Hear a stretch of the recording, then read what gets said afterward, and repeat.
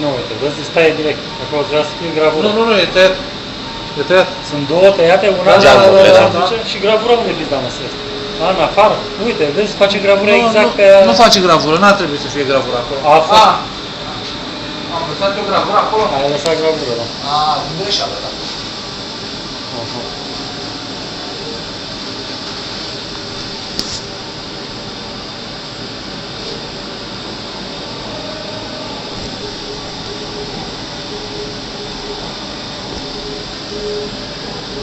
Aha, alea au fost duble, e foarte bine. Da, mă, e mai bine dublu. Mai bine îi mai dăm o dată să graveze roșu. Da.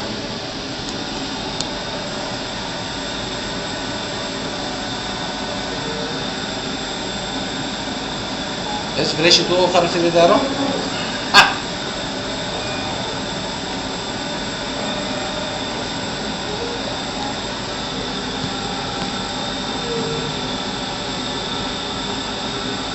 Acum când o vezi așa pe lemn, parcă îți dai seama că e aro, știi? Acolo mai greu, cu albastru.